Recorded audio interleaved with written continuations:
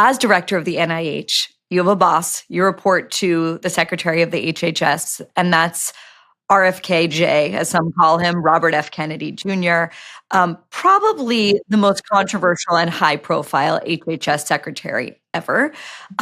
Broadly, what's your view on him? I admire him, actually, Barry. I think he has said that for the last 20 years, he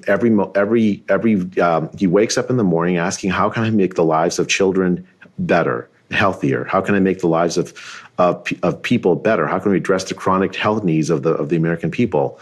And I believe him. I see every time I've had an interaction with him, that is what he wants to do. Is like he wants to ask.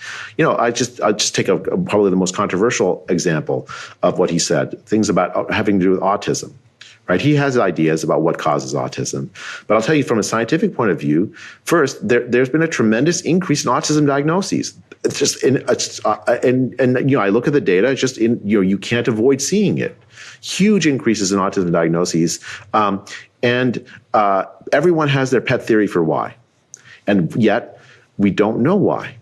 As a scientist, do not know the answer to that question. And so when I hear moms asking me, how can I prevent my child from becoming autistic? What should I do for my autistic child?